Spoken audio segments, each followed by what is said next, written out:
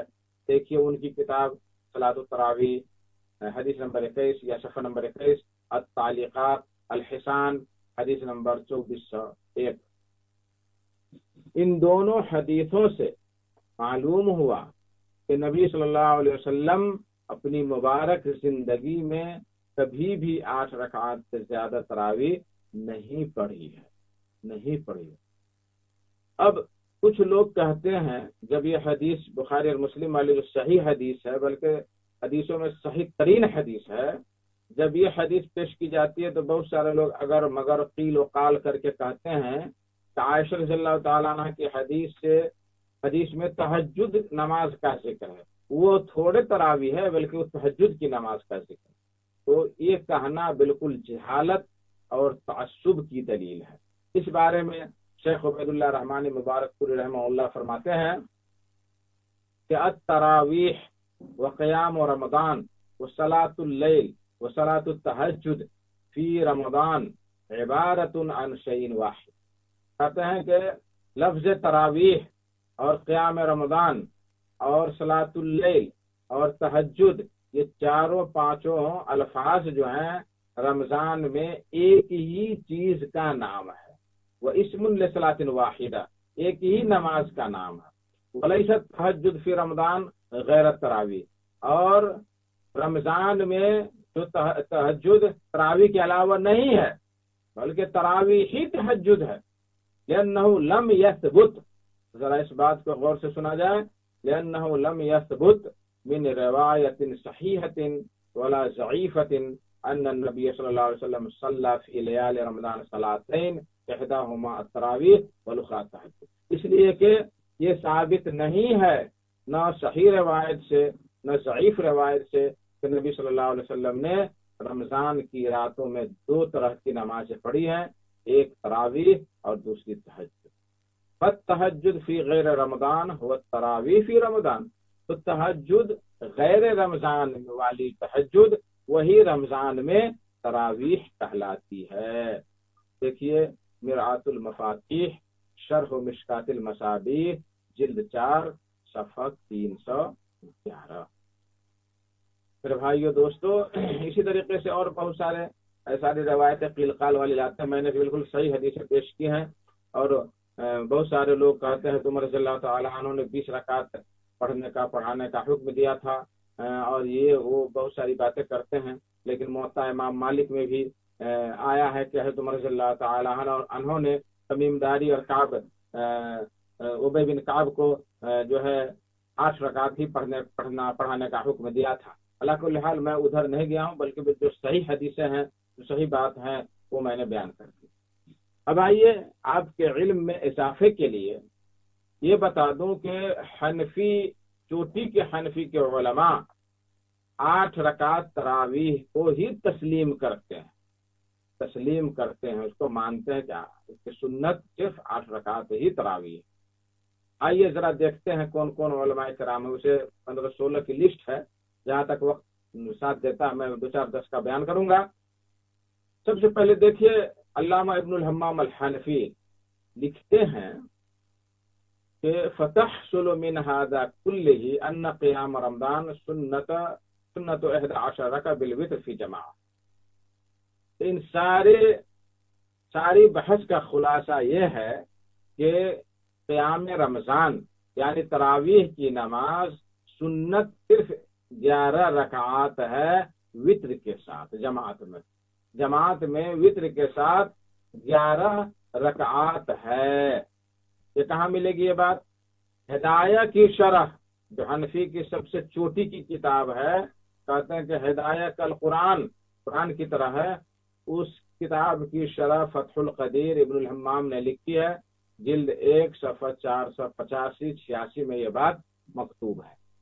اسی طریقے سے امام طحاوی حنفی یہ 300 صدی کے 400 صدی کے امام ہیں، بہت بڑے عالم ہیں اور ان کی کئی کتابیں ہیں۔ یہ پہلے شافعی المذہب تھے، لیکن بعد میں کیا وجہ ہوئی کہ یہ حنفی مذہب اختیار کر لیے حنفی کے اصول کے مطابق۔ ان کا کہنا ہے کہ لأن النبی صلی اللہ علیہ وسلم لم یصلیھا 20 بل 8، کہ نبی صلی اللہ علیہ وسلم نے 20 رکعت کبھی بھی نہیں پڑھی ہے بلکہ 8 رکعت پڑھی ہے۔ دیکھیے حاشیہ الطحاوی علی در المختار، حاشیہ الطحاویہ علی در المختار، جلد 1 صفحہ 295۔ اسی طریقے سے یہ بڑے بڑے علماء کرام ہیں، قدیم علماء کرام ہیں۔ علامہ ابن النجیم المصری الحنفی نے ابن الحمام حنفی سے بطور اقرار نقل کیا، فَإِذَنْ يَكُونُ الْمَسْنُونُ عَلَى وُصُولِ مَشَائِخِنَا 8 مِنْهَا وَالْمُسْتَحَبُّ 12، کہ ہمارے مشائخ کے وصول پر اس طرح ہے کہ 8 رکعات یہ مسنون اور 12 رکعات مستحب ہو جاتی ہیں۔ دیکھیے البحر الرائق شرح کنز الدقائق جلد 2 صفحہ 72۔ میرے بھائیو دوستو، جو بھائی بھی فون کرنا چاہتے ہیں وہ ٹاور میں آ کر کے فون کریں اور اطمینان سے فون کریں۔ میں بہت دیر سے سن رہا ہوں کہ کٹ کٹ جا رہا ہے یا جان بوجھ کر کے کاٹ رہے ہیں، اللہ ہی کو معلوم ہے، تو اس طرح نہ کریں۔ ہیلو، اچھا، ملا علی قاری حنفی رحمہ اللہ لکھتے ہیں فتحصل من هذا كله ان قیام رمضان سنت 11 بالوتر فی جماعت فعلہ علیہ الصلوۃ والسلام۔ ان سب کا حاصل نتیجہ یہ ہے کہ قیام رمضان یعنی تراویح 11 رکعات وتر کے ساتھ جماعت کے ساتھ سنت ہے، یہ نبی کریم صلی اللہ علیہ وسلم کا عمل ہے۔ یہ دیکھیے آپ مرقات المفاتیح مشکات المصابیح کی شرح جلد 3 صفحہ 345۔ اسی طریقے سے محمد احسن نانوتوی حنفی لکھتے ہیں کہ لأن نبی صلی اللہ علیہ وسلم لم یصلیھا 20 بل 8، کہ نبی کریم صلی اللہ علیہ وسلم نے 20 رکعت تراویح کبھی نہیں پڑھی ہے بلکہ 8 رکعت ہی پڑھی ہے۔ دیکھیے حاشیہ کنز الدقائق صفحہ 36 حاشیہ نمبر 4۔ اسی طریقے سے عبد الشکور لکھنوی حنفی لکھتے ہیں اگرچہ نبی صلی اللہ علیہ وسلم سے 8 رکعت تراویح مسنون ہے، اور ایک ضعیف روایت میں ابن عباس رضی اللہ تعالی عنہ سے 20 رکعت بھی ثابت ہے، وارد ہے، یعنی ایک ضعیف حدیث ہے۔ اگر ہم لوگ کہہ دیں کہ ابن عباس کی وہ روایت ضعیف ہے تو ماننے کے لیے تیار نہیں ہوں گے، لیکن خود انہی کے گھر کے جو ہے بھیدی کہہ رہے ہیں کہ ابن عباس کی روایت ہے جس میں 20 رکعت نبی صلی اللہ علیہ وسلم سے وارد ہے، وہ ضعیف ہے، لیکن 8 رکعت ہی تراویح سنت ثابت ہے نبی صلی اللہ علیہ وسلم۔ پھر عبدالحی لکھنوی رحمہ اللہ علیہ کے بارے میں کہا گیا ہے، وہ لکھتے ہیں کہ نبی کریم صلی اللہ علیہ وسلم نے تراویح 2 ادا کی ہے، 20 رکعتیں با جماعت، لیکن اس کی سند ضعیف ہے، 8 رکعتیں اور 3 وتر با جماعت، لیکن اس کی سند صحیح ہے، اس کی سند صحیح ہے۔ فتاوی عبدالحی جلد 1 صفحہ 331 332۔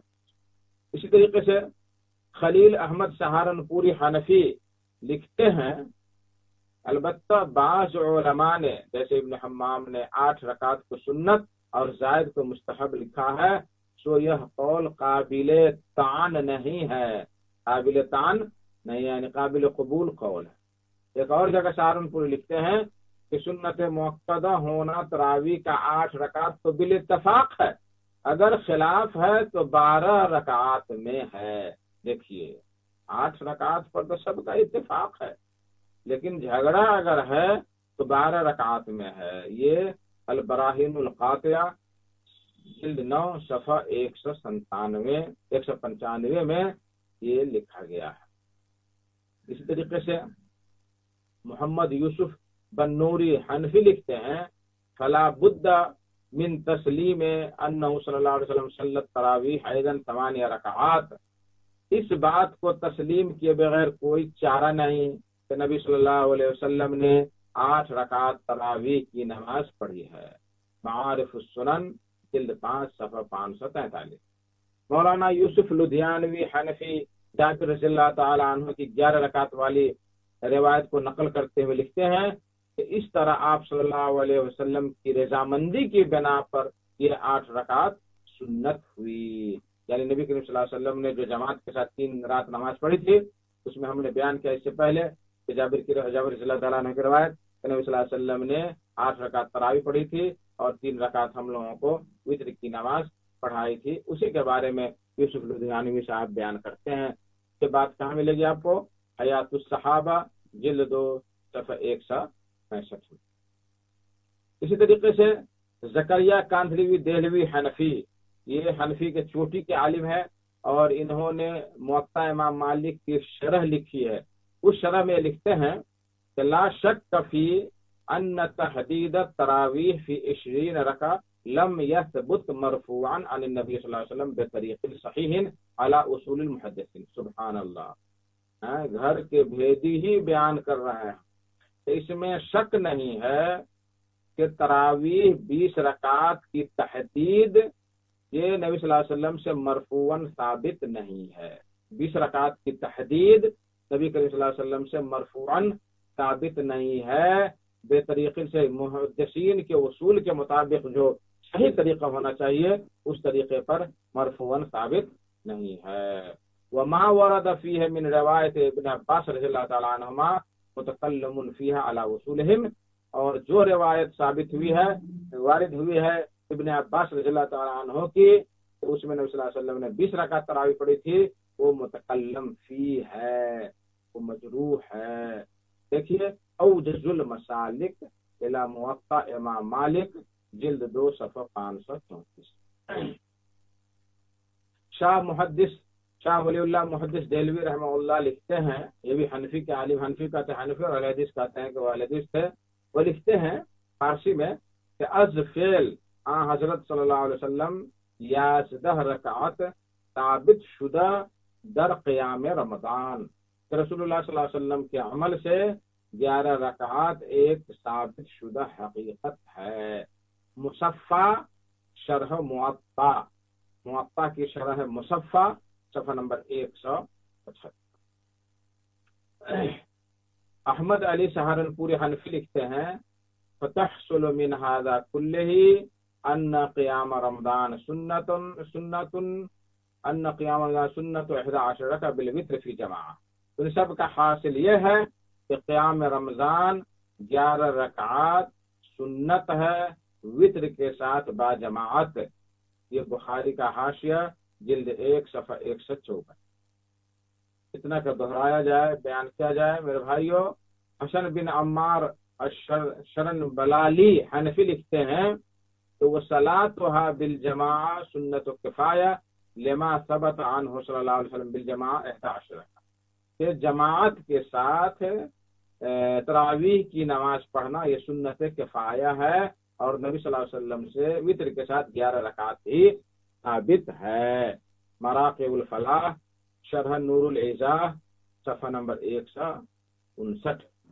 مولانا انور شاہ کشمیری حنفی لکھتے ہیں تو ولا مناس من تسلیم ان تراویحہ کانت 8 رکعات ولم یثبت فی روایت من روایات انہ صلی التراویح والتہجد علی حدہ فی رمضان، کہ یہ تسلیم کیے، یہ بات کو تسلیم کرنے کے سوا کوئی چھٹکارا نہیں، کوئی چارہ نہیں کہ آپ صلی اللہ علیہ وسلم کی تراویح 8 رکعات ہی تھی، اور روایات میں کسی ایک روایت سے بھی یہ ثابت نہیں کہ آپ صلی اللہ علیہ وسلم نے رمضان میں تراویح اور تہجد الگ الگ پڑھی ہوں۔ آگے چل کر لکھتے ہیں کہ اما نبی صلی اللہ علیہ وسلم فصح عنہ 8 رکعات واما 20 رکعہ فهو عنہ بسند ضعیف علی ضعفہ اتفاق، رہے نبی صلی اللہ علیہ وسلم تو ان سے 8 رکعات ثابت ہے، اور رہی 20 رکعات تو آپ صلی اللہ علیہ وسلم سے ضعیف سند کے ساتھ ثابت ہے، اور اس کے ضعیف ہونے پر سب کا اتفاق ہے۔ یہ العرف الشذید جلد 2 صفحہ 208۔ میرے بھائیو دوستو، تو میں نے حنفی کے چوٹی کے علماء کرام کی گواہی آپ کے سامنے پیش کر دی کہ اصل سنت جو نبی صلی اللہ علیہ وسلم کی ہے وہ 8 رکعت تراویح اور 3 رکعت وتر ہے، اس کو لگا کر کے 11 رکعت ہوئی، اور مائی عائشہ کی بعض روایت میں 13 رکعت ہے، تو اس میں فجر کی سنت کو بھی کبھی کبھی مائی عائشہ نے جو جوڑ دیا ہے۔ امید کے سائل کو سوال کا جواب مل گیا ہوگا۔ اللہ عالم بالصواب۔ سوال کا دوسرا حصہ تھا کہ کیسے اور کتنی راتوں میں پڑھنا چاہیے۔ جواباً عرض ہے کہ تراویح کی نماز 2 رکعات ہے، اور ہر 2 رکعات پر سلام پھیر لینا چاہیے، جو اس حدیث سے ثابت ہے۔ عن عبداللہ بن عمر رضی اللہ تعالی عنہ قال سأل رجل النبی صلی اللہ علیہ وسلم وهو علی المنبر ما ترى فی صلاۃ اللیل، کہ ایک شخص نے نبی صلی اللہ علیہ وسلم سے سوال کیا جب آپ منبر پر خطبہ دے رہے تھے کہ آپ صلاۃ اللیل نماز کے رات کی نماز کے بارے میں بیان کیجئے، تو آپ صلی اللہ علیہ وسلم نے فرمایا مثنا مثنا، کہ 2 رکعات ہے۔ فإذا خشي الصبح صلى واحدة فأوترت له ما صلى، کہ اگر تمہیں صبح ہونے کا ڈر ہو تو تم 1 رکعت پڑھ کے وتر کر لو، تمہاری ساری نماز کے وتر ہو جائے گی۔ وإنه كان يقول، اور آپ صلی اللہ علیہ وسلم فرمایا کرتے تھے اجعلوا آخر صلاتكم وترا، کہ تم اپنی نماز کے آخری نماز کو وتر بنایا کرو۔ یہ بخاری کی روایت ہے، حدیث نمبر 472، اور مسلم حدیث نمبر 749۔ میرے بھائیو دوستو، تو اس حدیث سے معلوم ہوا کہ ہمیں تراویح کی نماز 2 رکعت پڑھنا چاہیے، اور ہر 2 رکعت پہ ہمیں سلام پھیرنا چاہیے۔ اور ایک اور بات انہوں نے سوال میں کہا کہ کتنی راتوں میں تراویح پڑھنی چاہیے، تو رمضان کی ساری راتوں میں ہمیں تراویح پڑھنی چاہیے۔ اس حدیث پر نہ جائیے کہ نبی صلی اللہ علیہ وسلم نے جماعت کے ساتھ صرف 3 ہی دن پڑھی تھی، یہ تو آپ صلی اللہ علیہ وسلم نے فرض ہونے کے خوف سے، ڈر سے آپ صلی اللہ علیہ وسلم نے ترک کر دیا تھا جماعت کو، لیکن گھروں میں صحابہ کرام پڑھا کرتے تھے، 4 آدمی وہاں 2 آدمی وہاں مسجد میں، یا اور بھی گھروں میں پڑھا کرتے تھے۔ تو رمضان کی ساری راتوں میں پورے 30 دن ہمیں تراویح کی نماز پڑھنی چاہیے۔ میرے بھائیو دوستو، 041590239 یہ نمبر کھلا ہوا ہے، کوئی بھائی فون نہیں کر رہے ہیں، پیسے کی مجبوری ہے یا آواز نہیں جا رہی ہے ان کے کانوں تک، اللہ جانتا ہے۔ بہرحال ہمارا کام ہے کہ ہم پیش کریں اور اپنا وقت پورا لیں۔ سوال اور آیا ہوا ہے کہ صلاۃ التسبیح کا شرعی حکم کیا ہے، کیسے پڑھنا اور کتنی رکعت پڑھنی۔ عین الحق مہولی۔ میرے بھائیو دوستو، دیکھیے میری تحقیق کے مطابق میرے نزدیک یہ ہے کہ صلاۃ التسبیح نہیں پڑھنا چاہیے۔ یہ اس کی جو حدیث آئی ہے عباس رضی اللہ تعالی عنہ کی حدیث، اس کی صحت اور ذات اور موضوع ہونے میں علماء کرام کا بہت زیادہ اختلاف پایا جاتا ہے۔ بہت سارے علماء اور ائمہ کرام اس کو موضوع قرار دیتے ہیں، من گھڑت اس حدیث کو۔ کچھ علماء کرام غایت درجے کی ضعیف حدیث بیان کر رہے ہیں، اور کچھ علماء کہتے ہیں کہ یہ حدیث حسن درجے کی ہے۔ لیکن بہتر یہ ہے کہ اس نماز کا جو طور طریقہ بیان کیا گیا ہے نماز پڑھنے کا، وہ اور نمازوں کے طور طریقوں سے الگ ہے۔ تو اس لیے میرے بھائیو دوستو، صلاۃ التسبیح میری تحقیق کے مطابق آدمی کو نہیں پڑھنا چاہیے، اس سے دور رہنا چاہیے، اس لیے کہ اس کی حدیث آیا من گھڑت موضوع ہے یا غایت درجے کی ضعیف ہے۔ اللہ عالم بالصواب۔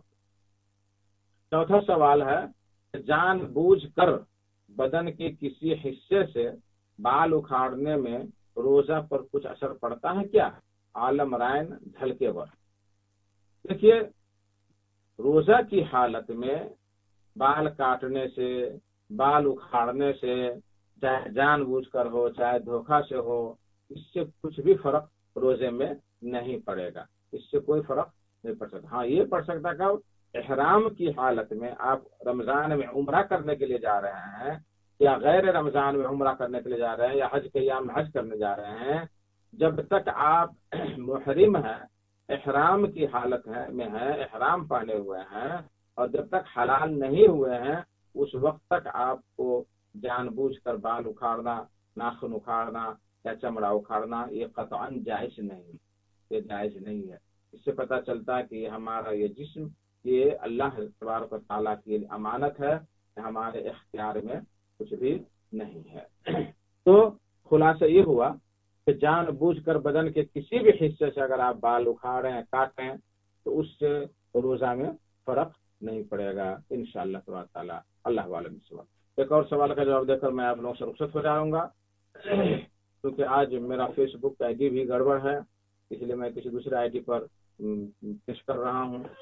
ایک اور سوال ہے کہ ہمارے یہاں کوئی حافظ قرآن نہیں ہے اور نہ ہی ہم لوگوں کے پاس کسی حافظ کو رکھنے کی استطاعت ہے، البتہ یہاں ایک مولانا صاحب ہے جو کہتے ہیں کہ میں نماز تراویح میں قرآن دیکھ کر آؤں گا، اس طرح پورا قرآن تراویح میں ختم ہو جائے گا، تو کیا ایسی صورت میں نماز تراویح میں قرآن مصحف سے دیکھ کر پڑھنا جائز ہے یا امام صاحب چھوٹی چھوٹی صورتوں کے پڑھنے پر ہی اکتفا کریں؟ جواب عرض ہے کہ نماز تراویح میں مکمل قرآن ختم کرنے کے لیے اسے دیکھ کر پڑھنا جائز ہے، دیکھ کر پڑھنا جائز ہے۔ لیکن اس موقع سے میں ایک بات بتا دوں کہ بہت سارے لوگ یہ سمجھ لے ہیں کہ تراویح میں قرآن ختم کرنا ضروری ہی ہے۔ نہیں، جب تراویح پڑھنا سننا ہے تو قرآن ختم کرنا کہاں سے ضروری ہو گیا؟ بہت ساری جگہوں پہ تو حافظ رکھنے کے لیے مار جھگڑا لڑائی فساد ہو جاتا ہے، تو ایسا نہیں ہونا چاہیے۔ تو نماز تراویح میں مکمل قرآن ختم کرنے کے لیے اسے دیکھ کر پڑھنا جائز ہے۔ اس کی دلیل کیا ہے؟ حضرت عائشہ رضی اللہ تعالیٰ عنہا کے غلام ذکوان مصحف دیکھ کر رمضان میں حضرت عائشہ کی امامت کیا کرتے تھے۔ صحیح بخاری جلد 2 صفحہ 184۔ نیز کتاب سنت میں نماز میں مطلق قرات قرآن کا حکم ہے، جس میں دیکھ کر پڑھنا بھی داخل ہے، اور کہیں بھی نماز میں قرآن دیکھ کر پڑھنے کی ممانعت نہیں آئی ہے، اس واسطے وقت ضرورت جائز ہے، لیکن فرض نمازوں میں دیکھ کر قرآن پڑھنا درست نہیں ہے، بلکہ نفلی نمازوں میں ہم دیکھ کر کے قرآن پڑھ سکتے ہیں، تراویح کی نمازوں میں ہم قرآن دیکھ کر پڑھ سکتے ہیں۔ اب یہی آخری سوال پر میں اکتفا کرتا ہوں، اور اللہ تبارک و تعالیٰ سے دعا ہے کہ اللہ تبارک و تعالیٰ ہمارے روزے نماز تراویح کو قبول فرمائے، اور جب تک اس دنیا میں رکھے قرآن اور حدیث پر عمل کرتے ہوئے زندہ رکھے، اور جب خاتمہ ہو تو صبح سے لا الہ الا اللہ محمد رسول اللہ نکلے۔ اے اللہ، جو وبا جو مصیبت ہم پر ہم دنیا والوں پر آئی ہوئی ہے، اللہ اس مصیبت اس وبا کو تو ٹال دے، سارے لوگوں کی حفاظت فرما، خصوصاً مسلمانوں کی حفاظت فرما، ہمارے دین ہمارے قرآن ہماری مسجدوں کی حفاظت فرما، آمین۔ وآخر دعوانا الحمدللہ رب العالمین، وصلی اللہ تعالی علی النبی وسلم، والسلام علیکم ورحمۃ اللہ وبرکاتہ۔ اللہ اکبر اللہ